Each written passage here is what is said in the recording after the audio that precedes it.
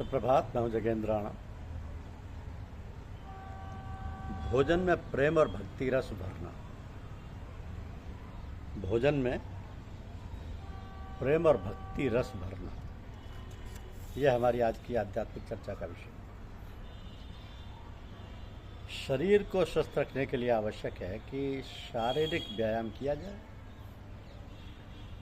इसी प्रकार मन को स्वस्थ रखने के लिए मानसिक व्यायाम होना चाहिए।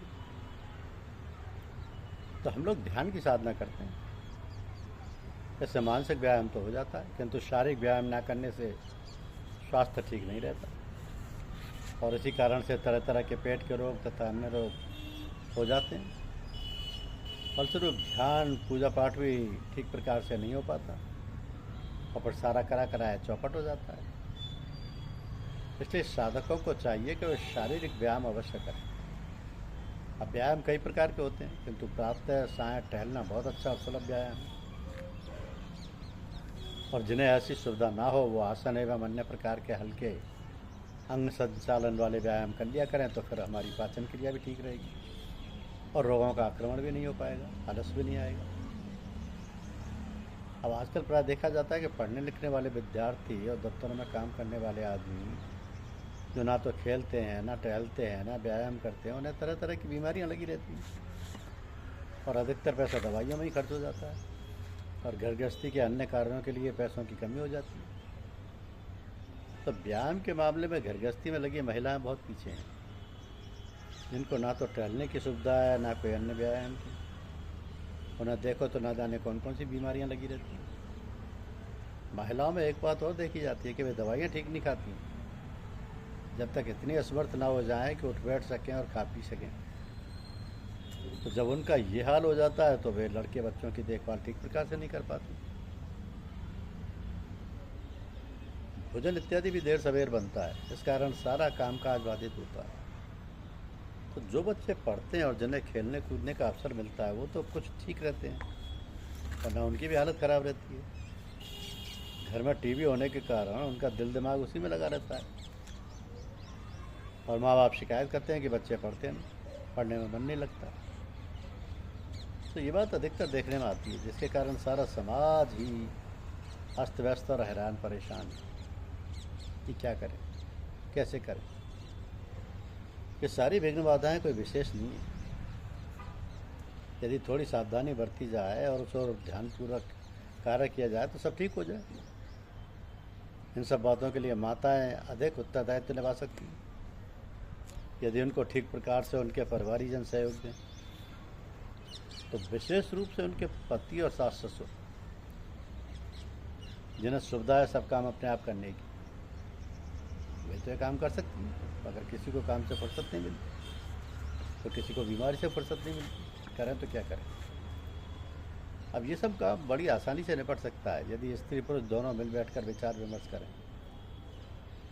10-15 मिनट दोनों मिल बैठकर सोच विचार कर लिया करें तो बहुत अच्छी बात बन सकती है। जो बालक सयाने हों, ऊंचे दर्जे में पढ़ने वाले हों, उनको भी साथ बिठाकर सब बातें तय करना चाहिए। समझा बुझाकर प्रेम पूर्वक सारी समस्याएं निपटाने की कोशिश करनी चाहिए। इन सब बातों के लिए एक विशेष कार्यक्रम सब घरों में होना चाहिए कि प्रातः उठकर औरतें, आदमी, लड़के, बच्चे, बाहर से आए हुए लोग भी सब मिलकर प्रातः प्रार्थना कर लिया करें। इससे वातावरण शुद्ध होता है और बच्चों में संस्कार पड़ता है। और दूसरी बात यह है कि माताओं की कि जब भोजन बनाए तो यह ख्याल करें कि हम भगवान का भोग तैयार करें और जितनी देर भोजन बनाए ईश्वर की याद, प्रार्थना, जप या भजन कीर्तन करती रहें। मन में चाहे गुनगुनाती हुई या जोर से भी, जैसा अवसर हो करते रहना चाहिए। इससे उस भोजन में प्रेम रस और भक्ति रस भर जाएगा। जो भी खाएगा उसके अंदर वही प्रेम और भक्ति की भावना बढ़ जाएगी। फिर खाते समय जैसे भाव होंगे वही भोजन में प्रविष्ट हो जाएंगे, उसमें वही प्रभाव बस जाएगा और उससे वैसे ही विचार और भावनाएं तथा आचरण बनेगा। तब फिर जो लोग शिकायत करते हैं कि काम क्रोध वगैरह बहुत आता है, ये सब ठीक हो जाएगा। क्योंकि समय परिवर्तनशील है, क्षण प्रति क्षण परिवर्तन होता रहता है। इस प्रकार संसार में निरंतर कुछ ना कुछ विशेष घटनाएं घटती रहती हैं। संसार और समाज के रीति रिवाज और सामाजिक संस्कार और अनेक मर्यादाएं भी समयानुसार बदलती रहती हैं, बदलनी भी चाहिए। और ये कार्य समाज की जो अगुवाई करते हैं, जो समाज को दिशा निर्देश करते हैं, उनका कर्तव्य है कि वे समयानुसार परिवर्तन करने का चलन कर दें और लोगों में इस प्रकार की भावना भर दें कि लोग वैसे ही समय को देखते हुए कार्यकलाप में परिवर्तन कर लें। इससे कार्यकलाप सुचारू रूप से होते हैं और करने बरतने से सरलता और सहजता भी होती है। पर आजकल देखा यह जाता है कि जो सामाजिक रीति रिवाज हैं उनकी ओर लोग ध्यान नहीं देकर उसी प्रकार चलते हैं, कार्यकलाप करते हैं जैसा देखते हैं अपने से संपन्न लोगों को। तो आजकल की संपन्नता बहुत ही दोषपूर्ण और अनावश्यक व्यय करने की है।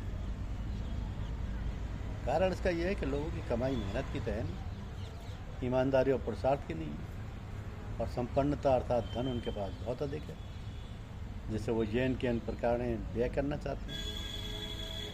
अब इस कारण बहुत सी दोषपूर्ण रीतियाँ चल रही हैं जिन्हें बदलने की बहुत अधिक आवश्यकता है। तो साधारणतः देखा जाए तो आजकल जो विवाह होते हैं उनके लिए जो तिथि और समय निर्धारित किया जाता है, शास्त्रानुसार उस पर बहुत कम कहना चाहिए कि ना के बराबर लोग व्यवहार करते हैं। अतः हमारे शास्त्रानुसार जो संस्कार हैं वो ठीक प्रकार से नहीं हो पाते, क्योंकि लोग जो आजकल की ऊटपटांग परिपाटी है उसी का अनुसरण करते हैं। न समय का विचार है, न उचित अनुचित का विचार, सब ऐसे ही कार्य करते हैं जिससे समाज को, व्यक्ति को सिवाय हानि के कोई लाभ नहीं होता। ये सब बातें बहुत विचारणीय और परिवर्तन योग्य है।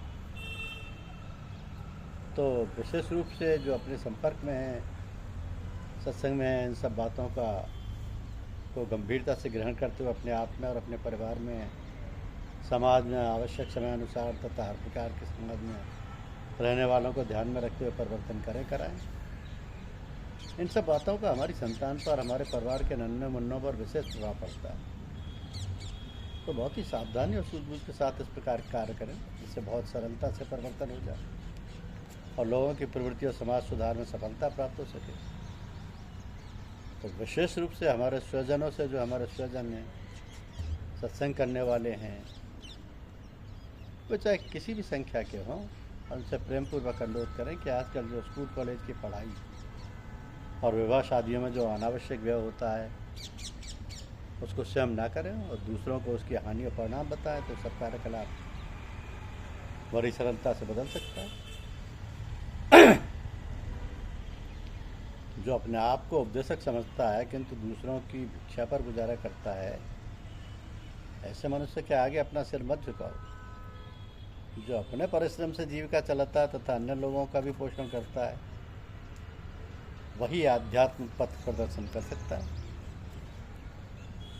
वही पथ प्रदर्शन कर सकता है। यही है जागृत अवस्था। जब सब कुछ प्रकाश में हो गया तब अंतर की ध्वनि राम रमित हो उठी, राम शब्द जागृत हो उठा, दीप हृदय में जलने से रामधुन होने लगी अंतर में। घर घर दीप जलाकर उजाला करने का अर्थ है अपने अंतर मन को आलोकित कर डालो, फिर अगवानी कर लो राम नाम शब्द की। ये वो शब्द है जो ब्रह्मांड में व्याप्त प्राणियों में निहित है। यही है वो मर्यादा पुरुषोत्तम राम जो दीपावली में दीपों के संग घर घर में, हर हृदय में परिव्याप्त हो जाएगी और अंतर्मन को प्रकाशित करते रहेंगे। तो यही प्रकाश जग को आलोकित कर देगा और उसमें लयता स्थापित कर सकेगा। यही है आध्यात्मिक महत्ता पर्वों की। ये साधारण सी बात है परंतु रहस्य गूढ़ है। यदि ये समझ में आ जाता है तो जीवन का पथ सरल, ऋजु एवं सात्विक हो जाता है। क्योंकि सत्संग से जितना लाभ होता है उतना एकांत में रहकर साधन करने से नहीं होता। सत्संग में बिना कुछ किए उन्नति होती है और कुसंग में बिना कुछ किए पतन होता है। धन्यवाद।